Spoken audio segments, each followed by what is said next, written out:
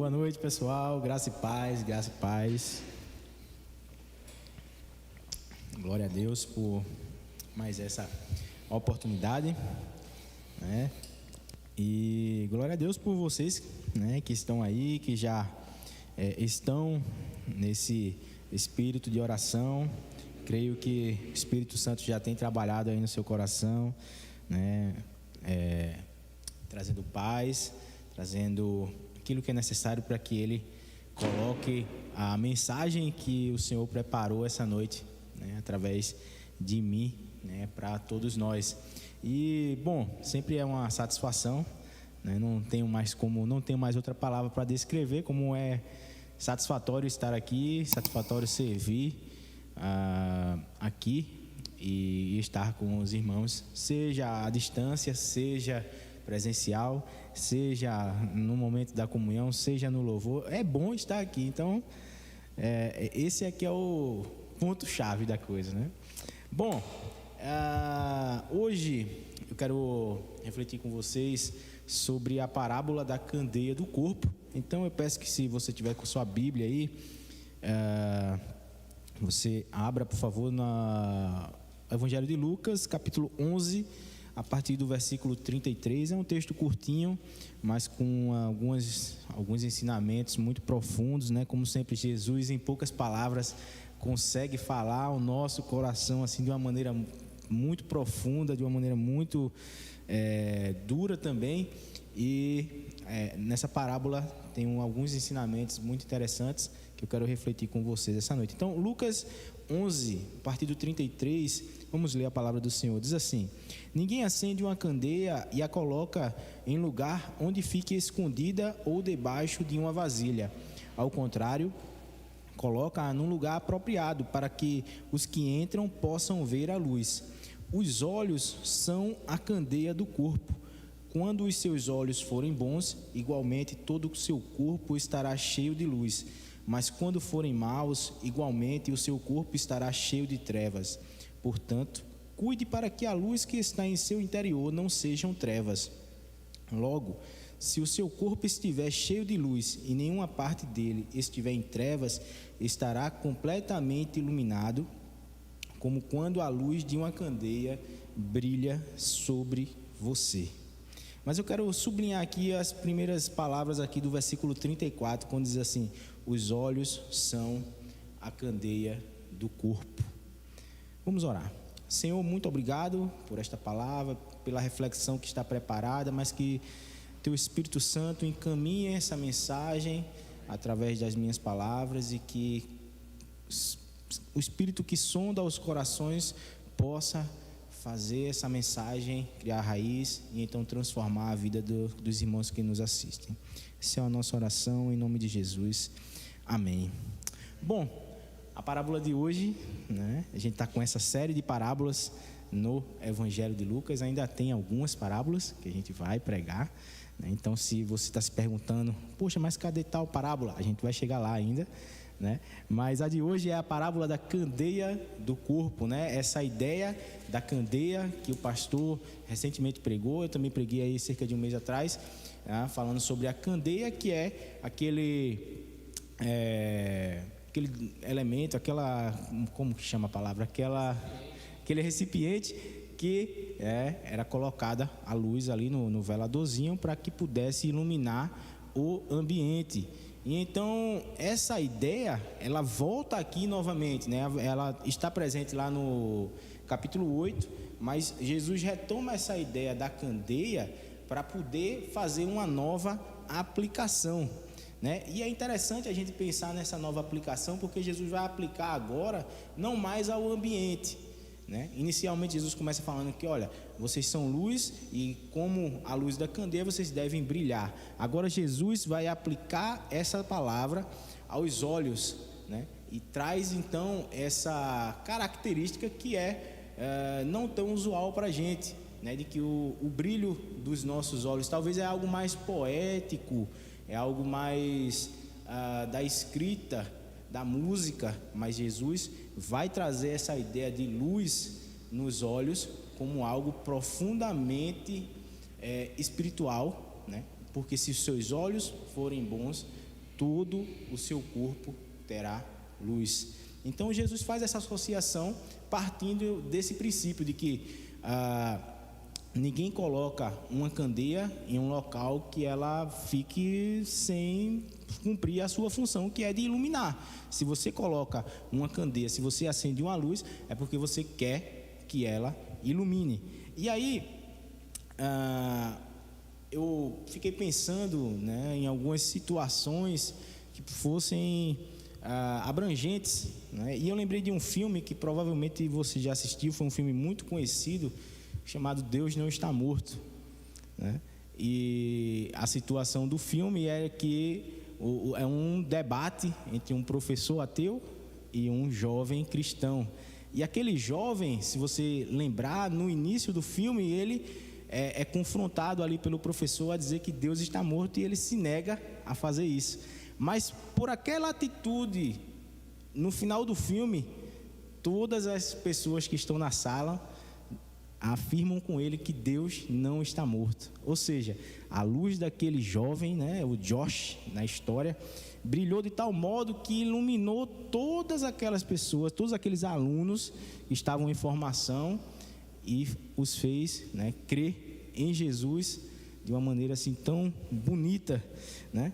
E Jesus ensina isso, né, inicialmente falando sobre a luz do mundo, né? Vocês são a luz do mundo. E eu fiquei buscando algumas referências na Bíblia para entender melhor essa questão. E aí eu encontrei, por exemplo, quando o profeta Isaías fala que, Isaías 9:2, o povo que caminhava em trevas viu uma grande luz. O povo que caminhava em trevas viu uma grande luz. Nos Salmos, diversas referências, né? Através da tua luz, vemos a luz, Salmo 36. No Salmo 19, a lâmpada para os meus pés é luz, é a tua palavra. E a Bíblia vai, então, enumerando diversas situações em que a luz é importante. E o evangelista Lucas vai fazer uma colocação muito pertinente quando ele fala que toda a humanidade veria a salvação de Deus. E de que maneira isso se deu? Quando Jesus vem enviado por Deus. A luz do mundo, né, vem sobre todos nós, raiando, dissipando todas as trevas. E é muito bonito quando a gente lê o profeta Isaías dizendo assim, ó, prepare os caminhos, né? Aquilo que está troncho, é uma palavra bem nordestina. Aquilo que está errado, vamos corrigir, porque a luz vai brilhar. Aquilo que está torto, troncho foi triste. Aquilo que está torto, vamos corrigir, vamos endireitar esse caminho, porque a luz vai brilhar. E sobre o povo que estava em trevas, brilhou uma grande luz. E essa luz brilha. E o apóstolo Paulo arremata aqui essa ideia, dizendo que com a finalidade de que a gente, através dessa luz, aprendêssemos o caminho para que fôssemos transportados para o reino do Filho amado de Deus, que é Jesus. Então, eu vou fazer uma primeira aplicação. Eu não cheguei ainda nos pontos que eu quero refletir, mas eu quero fazer uma aplicação breve aqui, que é a seguinte: o caminho para o reino de Deus não está encoberto de trevas. Nele brilha a luz de Jesus. Essa ideia, ela é muito significativa no nosso tempo, porque eu fiquei pensando em alguns contrastes do nosso tempo com a luz que vem das Escrituras, com a luz que brilha de Jesus sobre a nossa vida, que ilumina o nosso caminho e que nós sabemos que caminhamos por essa luz.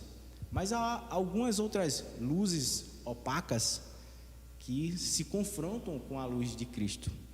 E eu fiquei lembrando, por exemplo, da luz de Cristo versus a luz que o ser humano gosta de trazer para ele mesmo, que a gente tende aí a chamar por individualismo. Seria a luz de Cristo versus a luz do homem. O homem quer a luz para ele quer, por meio da razão, por meio do seu próprio intelecto, ele quer dominar, ele quer trazer para ele aquilo que não é dele. Porque nós fomos criados para glorificar a Deus. Nós fomos criados para cuidar da criação de Deus. Nós fomos criados para dar glória ao Senhor, que é Criador, e não para nos glorificarmos pelas nossas conquistas, pelos nossos dons, tudo aquilo que a gente consegue fazer aqui em vida. Mas além dessa luz individualista, também tem a luz sobre mim, que é da pessoa que gosta do holofote. A gente chama isso de hedonismo, né? Aquela questão do corpo, de trazer para mim, eu quero para mim, né? Eu quero brilhar porque eu sou o cara. Narcisista. Eu sou narcisista, eu sou a pessoa assim, tudo tem que girar em torno de mim. E não tem. Mas ainda tem uma outra luz que contrasta nessa ideia, que é a do secularismo, que seria a luz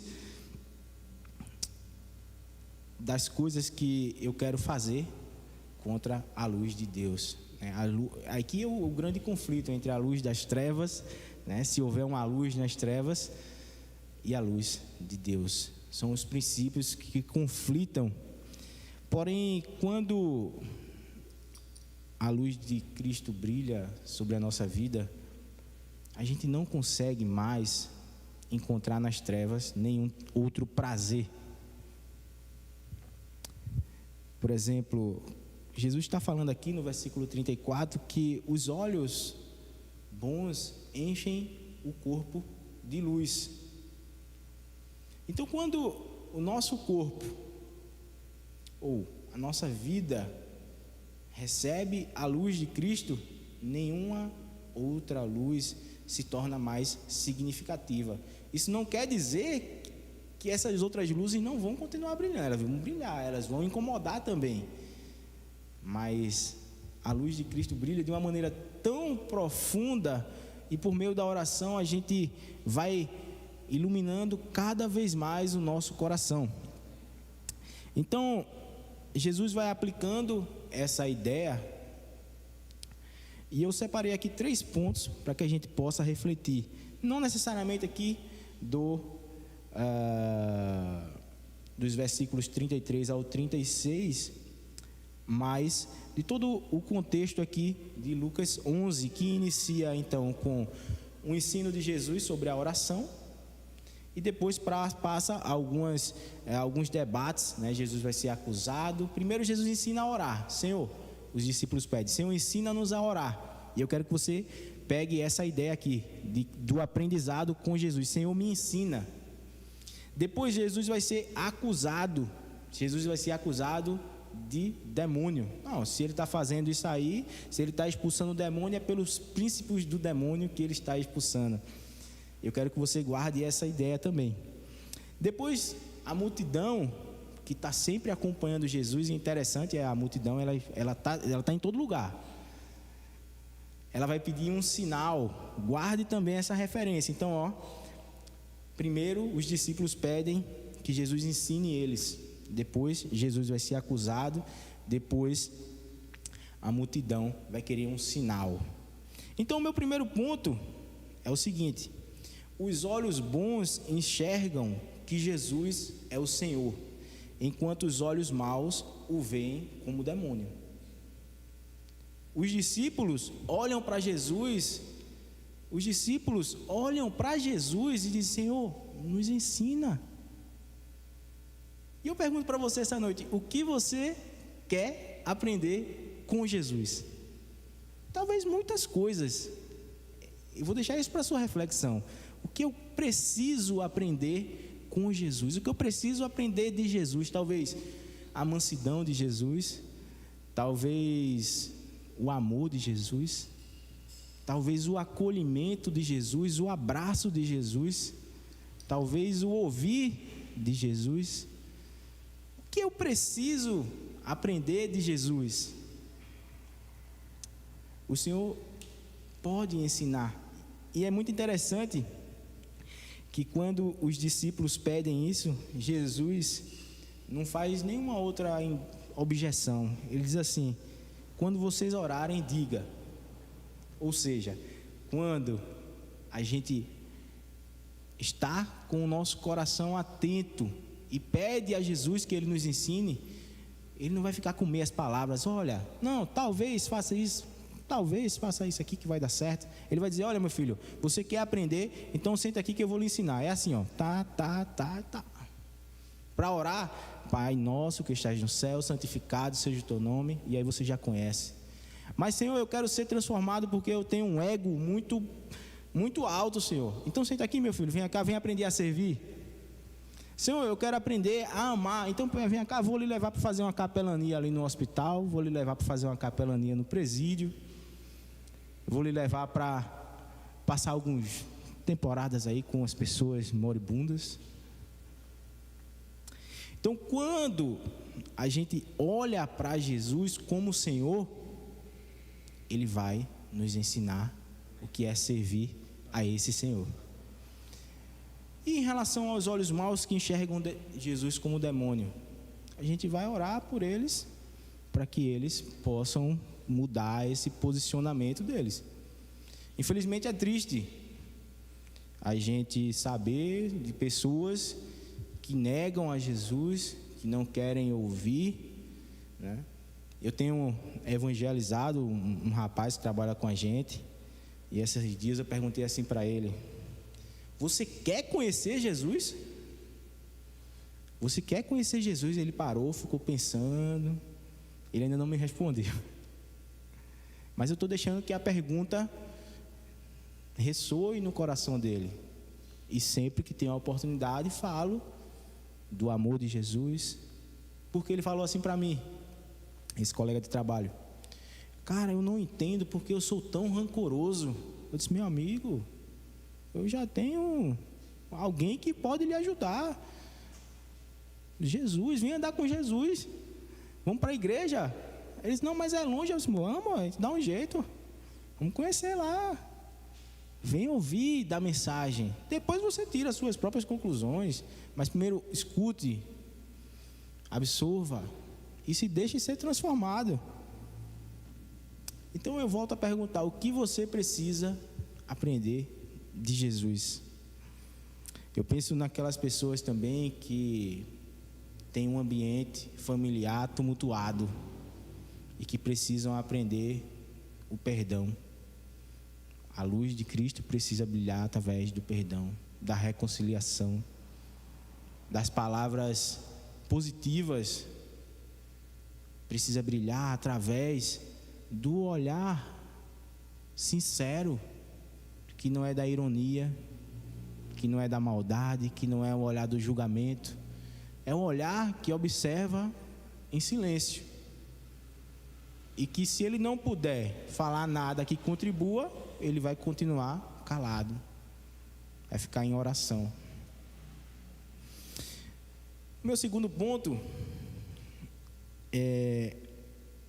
diz o seguinte: os olhos bons buscam a retidão, mas os olhos maus querem ver sinais milagrosos. Jesus ensina que o que a gente pedir em oração, a gente vai receber. Mas para que a gente receba essa oração, ela precisa estar em conformidade com a vontade de Deus na nossa vida. Porque a gente recebe aquilo que a gente ora, mas o anseio maior na nossa oração não é para que se cumpra a nossa vontade, mas a vontade de Jesus, a vontade de Deus sobre a nossa vida, sobre a nossa história, sobre a nossa família. E é nesse sentido que vem a aplicação quando Jesus fala que se seus olhos forem bons, todo o seu corpo será cheio de luz. Ou seja, esse cheio de luz, é se encher da vontade de Deus. E como é bom a gente fazer a vontade de Deus. Mas só sabe o quanto é bom quem nega a si mesmo e faz a vontade de Deus. Porque essa ideia de que os olhos podem trazer luz para o nosso corpo, ela só se torna real quando a gente está olhando para Jesus e não para as circunstâncias. Ela só se torna real quando a gente está olhando para o Senhor e Salvador da nossa vida e dizendo: Senhor, me ajuda, porque eu sou pecador, porque eu sou falho, porque eu sou um miserável, e eu preciso da tua ajuda, Senhor. Porque a gente tem um defeito grave de querer olhar para a gente mesmo. A gente quer resolver a situação através das nossas forças, a gente quer resolver aquela falta de dinheiro com as nossas próprias tentativas, a gente quer resolver os problemas dos nossos filhos com a nossa própria vontade, quando na verdade o que a gente precisa fazer é olhar para Jesus e dizer: Senhor, me ensina, Senhor, me ajuda. Certa vez eu aconselhava uma pessoa, enquanto eu fazia a capelania escolar, e ela passou 2 horas falando da situação dela, difícil, por sinal. E enquanto ela falava, eu orava o que eu poderia falar para ela de volta. E naquele momento, o Espírito Santo me lembrou quando o salmista fala lá no Salmo 121, que ele eleva os olhos para o monte. E quando a gente olha para o monte, a gente deixa de ver aquilo que está, então, ao nosso redor, né? E essa ideia do monte é que a gente enxerga o próprio Deus, né? Os pais, né, da fé, eles iam para um monte, Deus conversava com eles no monte. Embora essa ideia seja deturpada hoje em dia, tá? Mas biblicamente, no Antigo Testamento, é extremamente válida. Jesus vai ensinar nos montes também no Novo Testamento. Mas eu disse a ela: olha, você está observando toda a situação, e eu entendo, mas você ainda não está utilizando uma outra compreensão, que é de olhar além do seu problema. E a gente só é capaz de olhar além quando a gente tem um Salvador à nossa frente. Alguém que é fiel, alguém que nunca falhou e nunca vai falhar, alguém que era, que é e que há de vir. Isso são promessas bíblicas para renovar a nossa esperança. Porque se a gente quer ter o corpo cheio de luz, a gente vai parar de olhar para as circunstâncias. Elas são péssimas, as circunstâncias são péssimas, mas o Deus a quem servimos continua vivo, está vivo para sempre, e é para Ele que a gente vai olhar. Porque a multidão, ela pede um sinal, ela quer ver alguma coisa, eles querem ver algo milagroso acontecer. Essa ideia não está distante da gente. Muitas pessoas vão aí para determinadas denominações porque elas também querem ver, né, sinais milagrosos através de campanhas aí, cada uma mais estranha do que a outra, extremamente reprovável essas atitudes. Elas querem ver, mas elas não querem ter o seu coração transformado, elas não querem ter uma mudança real de vida, elas não querem enxergar Jesus como o Senhor, elas querem enxergar Jesus como alguém que está dando tudo aquilo que elas pedem. Não é assim que funciona. Então, Jesus responde, por exemplo, à multidão que pedia um sinal milagroso. Jesus responde: vocês são uma geração perversa. Quanta dureza no coração daquela geração. E que, em continuidade, Jesus fala: olha, vocês serão julgados pelo povo de Nínive, porque eles deram ouvido à pregação de Jonas, e aqui está quem é maior do que Jonas. É difícil, meus irmãos. É difícil a gente trabalhar na nossa caminhada espiritual, a gente querer buscar o crescimento, não é fácil. Ter um corpo de luz, um corpo cheio de luz, é viver em conformidade com o Evangelho. E eu nunca conheci ninguém que dissesse que fosse fácil. Mas eu também nunca conheci alguém que seja mais feliz do que aquela pessoa que vive com Jesus. Porque a gente tem certezas, expectativas e esperanças que não são confundidas. E o meu terceiro ponto é um ponto eminentemente prático. E diz assim: os olhos bons, eles refletem a luz de Jesus. Os olhos maus refletem o próprio ego. Aqui no caso, o ego, eu estou me referindo a essa geração aqui do tempo de Jesus, que queria um sinal. A multidão queria a própria vontade. Eu estou me referindo aqui aos líderes religiosos que acusam Jesus baseados nas suas próprias especulações. Mas os olhos bons, eles refletem a luz de Jesus. Enquanto eu refletia e estudava, para essa meditação, eu li uma frase que achei muito bela, do J.C. Riley, quando ele diz que o verdadeiro crente tem um coração dilatado. Tem um coração dilatado. Ou seja, um coração que é capaz de se abrir, que é capaz de mudar o seu tamanho para acomodar mais e mais, para se encher mais de luz. Então, eu fiquei pensando nessa perspectiva da dilatação do coração, a respeito da luz de Jesus. E eu anotei aqui algumas coisas. Por exemplo, refletir a luz de Jesus significa enxergar no próximo alguém que eu possa amar e servir. Significa que se esse meu próximo for uma viúva, por exemplo, é alguém que eu possa dedicar o meu tempo, o meu ouvido. Se esse alguém for uma pessoa extremamente necessitada, pobre, é alguém com quem eu possa compartilhar o pão material e também o pão espiritual da palavra de Deus. Se o próximo for perdido, alguém a quem eu possa anunciar a mensagem redentora do Evangelho. Se os seus olhos forem bons, todo o seu corpo será cheio de luz.